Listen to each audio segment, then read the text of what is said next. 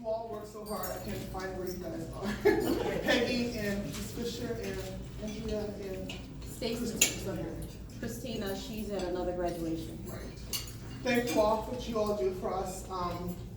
We know you guys work so hard for all of us, and we really appreciate it. Can we just give them a round of applause for all their work?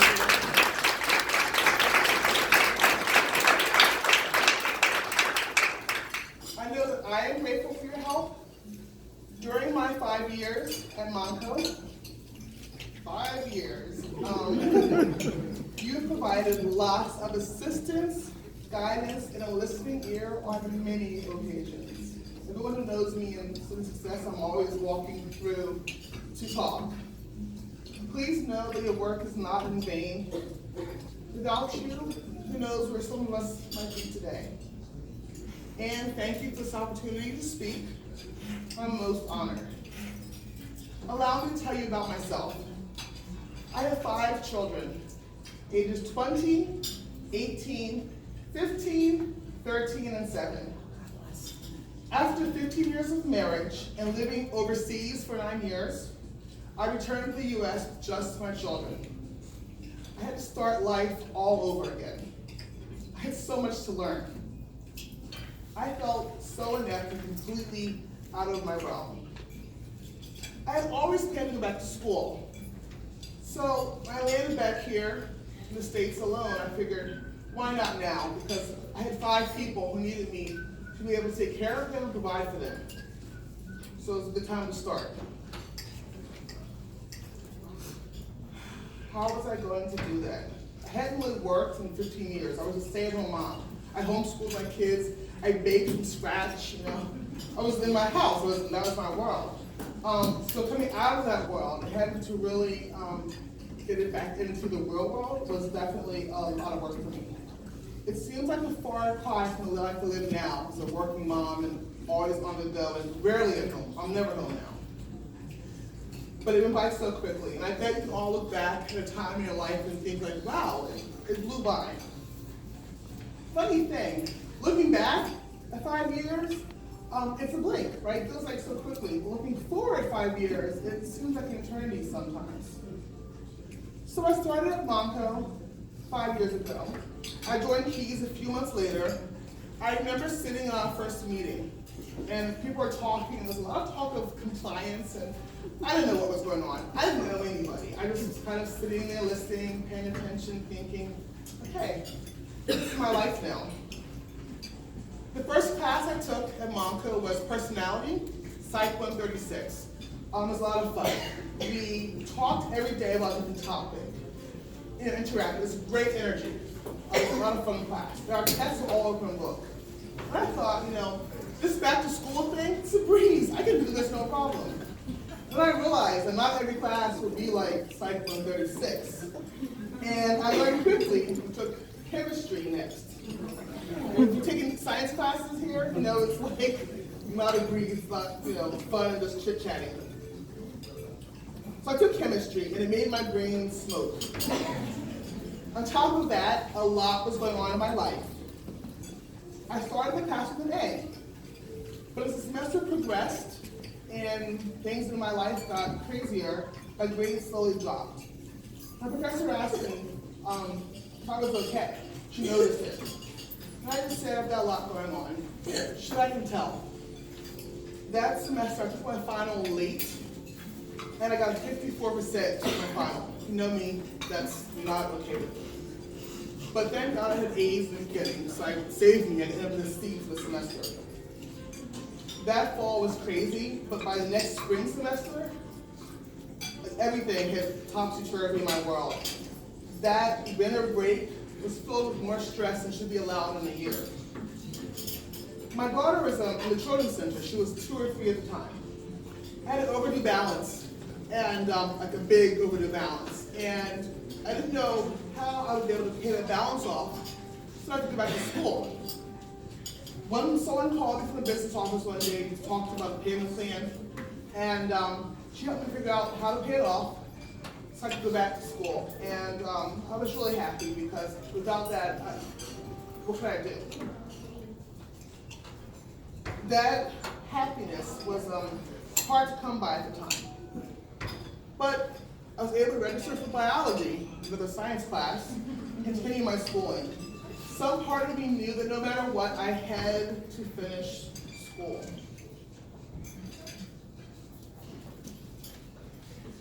It was during that semester that I got notice that I had to leave my apartment.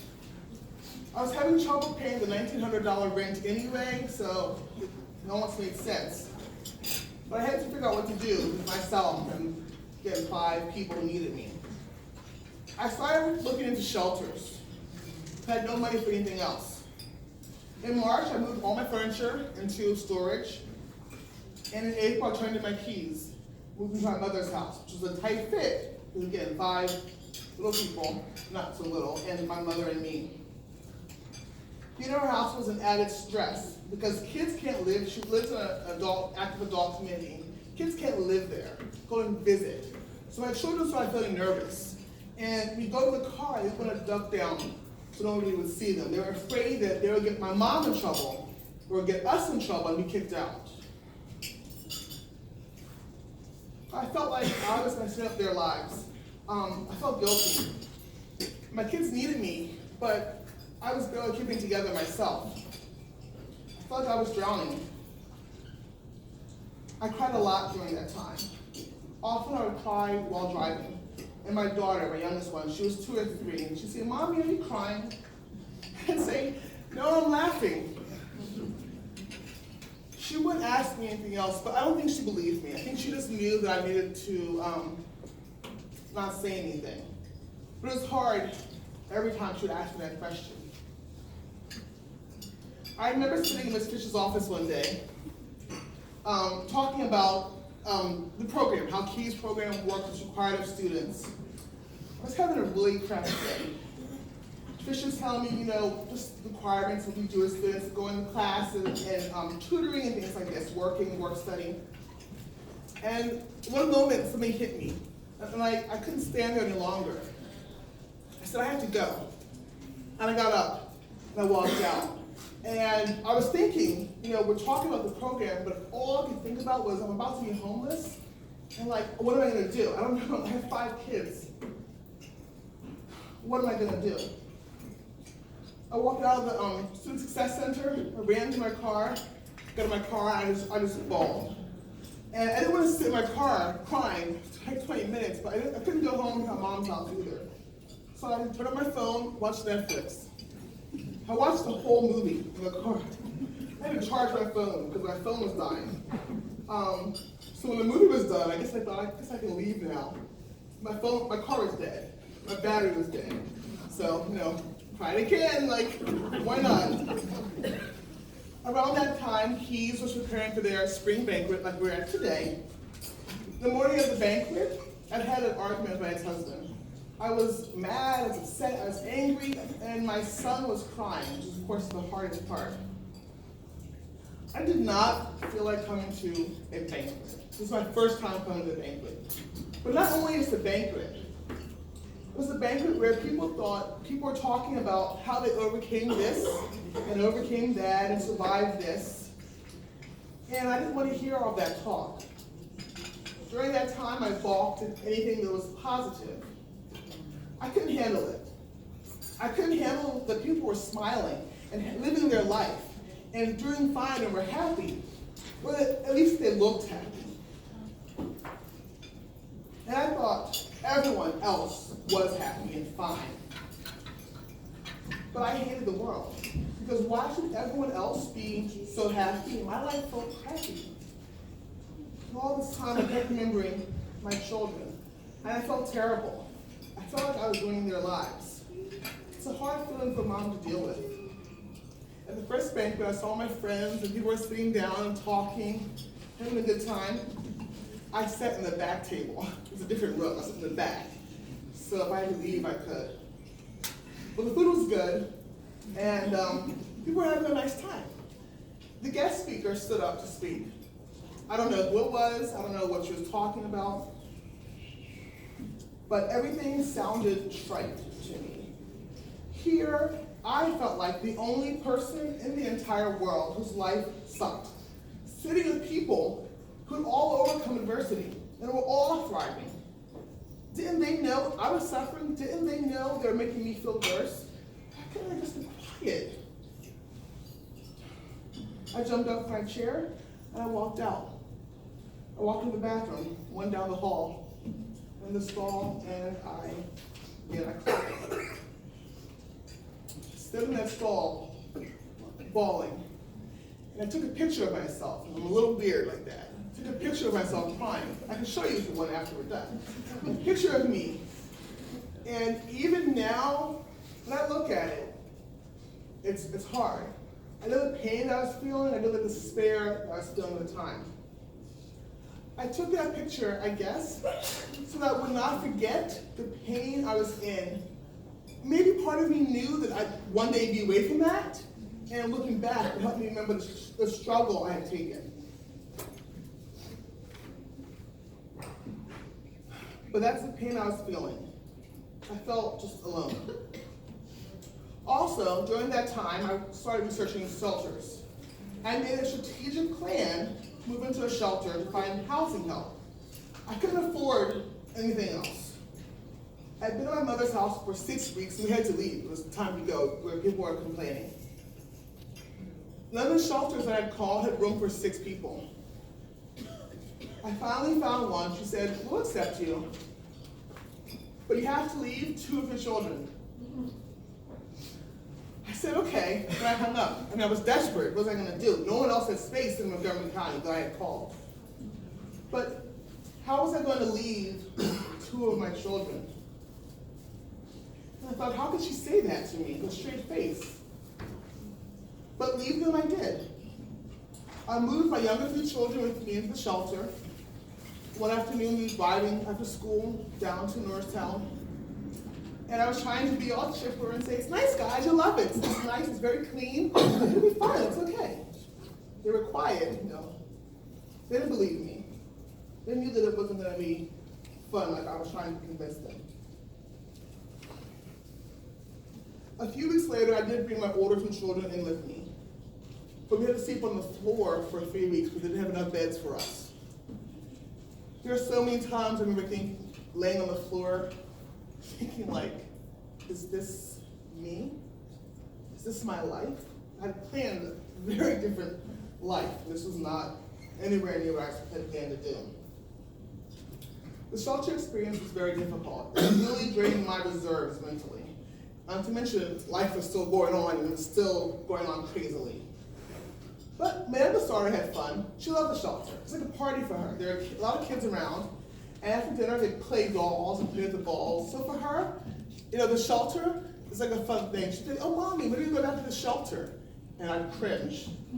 But I'm glad for her that it was okay. My other children, they remember it, and it wasn't so okay for them. This was also the first semester that I took phlebotomy. That class was a lot of work, but a lot of fun too. While living in the shelter, it was the first semester that I got Dean's List. And that was through studying late, with permission, because studying after hours. After hours is 9 o'clock in the shelter. I had to study in the living room, in the dining room, because my roommate, my children, they had to go to sleep. I couldn't study in the dark, and I couldn't keep the light on for them so they didn't sleep. So I had to give permission each time, go to the dining room and say, "Hi, I'm just here studying, is it okay?" And wait for her to say, "Yes, you're allowed to study in the dining room." But it paid off. I got an A and a great time in that class. Meanwhile, in the shelter, people were coming and people were going. We were still there. It's a 6-week program. We were there for almost 5 months. The idea is to come in there, get stuff together, move on out, and live on with life. But we had trouble finding an apartment for me. The housing program wanted us to find a place for 6 people for $900 in Montgomery County. Now, if you know Montgomery County, $900 for 6 people doesn't mix very well. I mean, I looked everywhere. I was an expert on apartments in Montgomery County. Name a city, I could have told you the prices of rent there. Even the housing company had all their people looking. People in queues looking. We were like trying to find something. That was fun. So life still felt kind of crazy, even after going through this class. I felt good with my class, my phlebotomy, but the hardest part about living there was that I had to bus. My children were bused back and forth to school. After school, after work for me, I would leave work and I would go pick up my children at my mother's house. We'd eat dinner there, and then drive 30 minutes back home, back roads, from Lansdale to Norristown.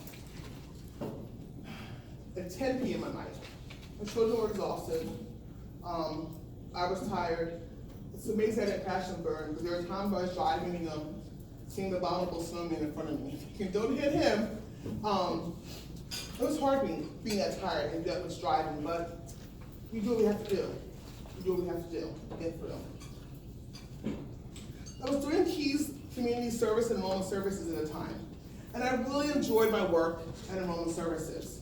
I got to learn a lot about how the college works behind the scenes, and as a student, that was fun.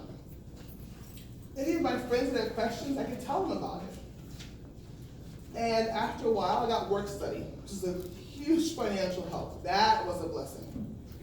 And I got to know people at the college. If I had a question about financial aid or about classes or equivalencies, I knew where I could go. I knew people I could talk to at that point. One day, I was thrilled to receive an invitation from Phi Theta Kappa, the Honor Society at Montgomery. I couldn't believe it. What great news. But this time I was taking anatomy and physiology. Has anyone taken A&P? So it's like, I've got to get inducted now before my grade comes out. Because after that, it won't want me. Fortunately, the induction was that semester. I got in and I was like, whew, I'm in, they can't kick me out now. I got a C minus in A&P, got 71%. And again, if you know me, that's not acceptable. But A&P, I was like, whoa! C minus, I didn't fail. So I was a nursing major at the time, and one day I realized that a nursing major program was not going to work for me. It was full-time availability during daytime, and I had kids, I had to work. And it dawned on me that being a nursing major was not going to work. My dreams of being a midwife, I've had for years, probably weren't going to come to fruition at that time. I talked to an advisor to figure out what was I going to do, and talking about the medical assistant program. And they had a part-time evening program. Wait, I can work, and I can still go to school, and it's kind of like a nurse. I mean, it's almost there doing the same thing. I did phlebotomy already. I kind of had some idea what they do. 3 weeks after I switched the program, and I was so happy to switch. 3 weeks after, they called me and said, oh, by the way, we're now ending the part-time evening program. Everyone's got to come full-time daytime. I was like, okay. For a while, I was thinking, okay, I'm going to be okay, I'm going to make it work. And once again, everything fell down around me.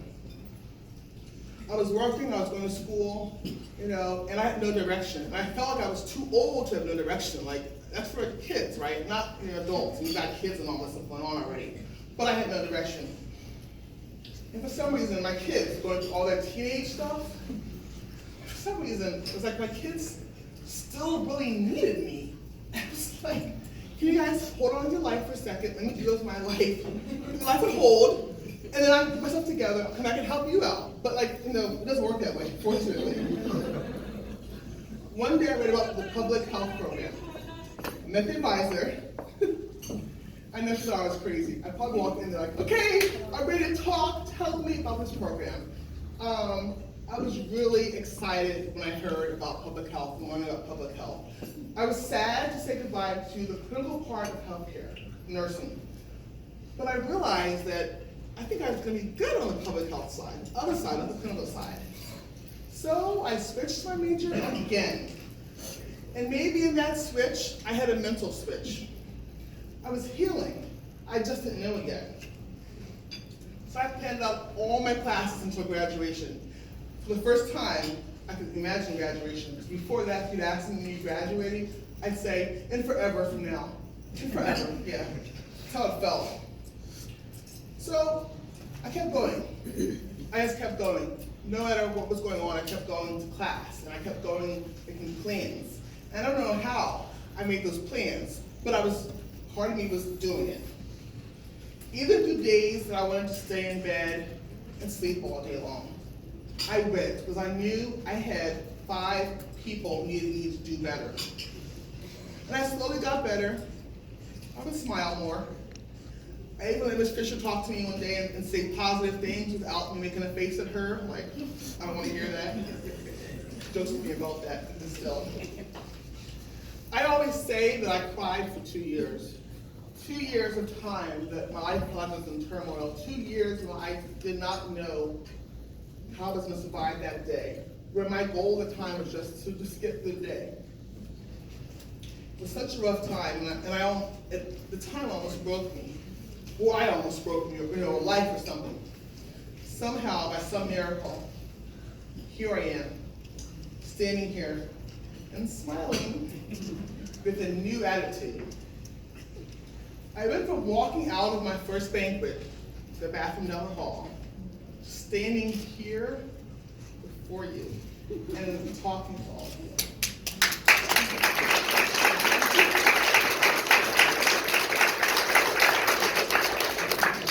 And now I really do have this new attitude. I'm about to graduate. And I'm transferring. I'm not sure where yet, waiting to hear back from them, but I'm doing it. I have my eyes on the prize. I see that master's degree. It's a little far off. I see it and I'm not stopping.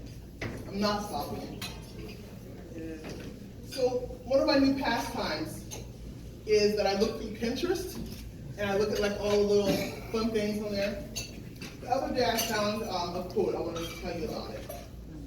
And it said, some people make decisions based on their current situations.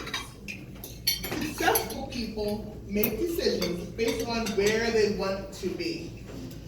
So we have to keep going. We have to keep our eyes on our prize, and we have to keep going.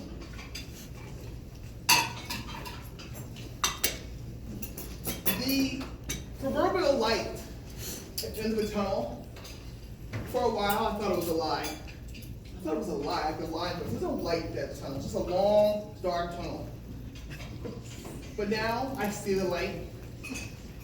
I grab the light and I'm shining it brighter, further, and wider for everyone else to see it too. At home, I tell my children we have to support and encourage each other, which is hard for kids because they want to down on each other. I tell them support and encourage. This is what we need. Everyone needs support and encouragement to get through. But again, they're going through that lovely teenage stuff. They don't want to listen to me. They don't care about anything but pick a phone after they play out and stuff they're doing. But now I'm better, and I can stand up. Don't get me wrong. There are times I still want to stay in bed. Many days I don't feel like getting out of bed. But I'm on a mission. I'm busy, still tired, I don't get much sleep, but I am on a mission, and I have plans. And I'm going places, and I will make a difference. I have this awesome opportunity creating, awesome, like once-in-a-lifetime stuff. And I'm scared, and I'm nervous. Sometimes I doubt myself, but I'm going to do it. I'm going to jump in with both feet and make waves. And last fall, something else happened after I went through all this crazy stuff. I marked something off my bucket list. I took my first cruise. I've always wanted to take a cruise. And I thought, I would go when I'm like 60. I told my kids, you guys go up, we put me on a cruise together. 5 of you, take me on a cruise. It's cheap because there's so many of you. So last fall, crazy idea, went on a cruise. And I remember thinking as I walked on this beautiful cruise ship, 3 years ago, I was homeless in a shelter, and here I am, walking on a cruise, right across the Atlantic Ocean, and in the Bahamas, in the white sand, and the clear blue water I dreamed about. So it was wonderful. It was pure bliss. They say if it doesn't kill you, it makes you stronger, right? That's hard to believe when you're going through it, but I really believe this. And I think we have to remind each other and remind ourselves. I cannot imagine being in this place a few years ago. Things are continuing to improve. We moved back to the town to where we were living before. Our house is kind of small, but it's okay. It's better than living where we used to live. It's better than living in the shelter. So each step is a little step in the right direction. You just have to keep going. I know I'm doing better. I can feel it in my soul. And I know that no matter what any of you are dealing with, there's someone else dealing with the same thing. You're not alone. And there's probably someone else dealing with something worse as well. Next week, I will graduate with a GPA that I'm pretty darn proud of. And my daughter is graduating with me also. All right.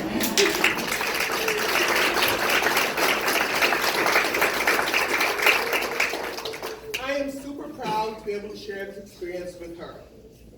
And the next month, in June, my second child, my son, graduates from high school. It's a busy year for us, 3 graduates, and we're celebrating. We're doing something really big. We're taking a trip or something somewhere. So next fall, there'll be 3 of us in college. My daughter and I working towards our bachelor's degrees. And my son is doing a master's and he's in a 5-year master's program. I want to tell you all that no matter how crappy it feels, just keep going. 1 day at a time, 1 hour if you need it, 1 minute, 1 second. But don't give up and don't stop. Our education is something that no one can take from us. It's invaluable. It makes us rich. Just keep going. I cannot believe that I'm about to graduate. And those of you who are not graduated yet, you will soon too. You'll be here before you know it. I believe in you. I went from right out of Ms. Fisher's office to standing here and thinking about positive things and pinning positive quotes and sharing positivity. Today, before you stands a queen smiling with a plan.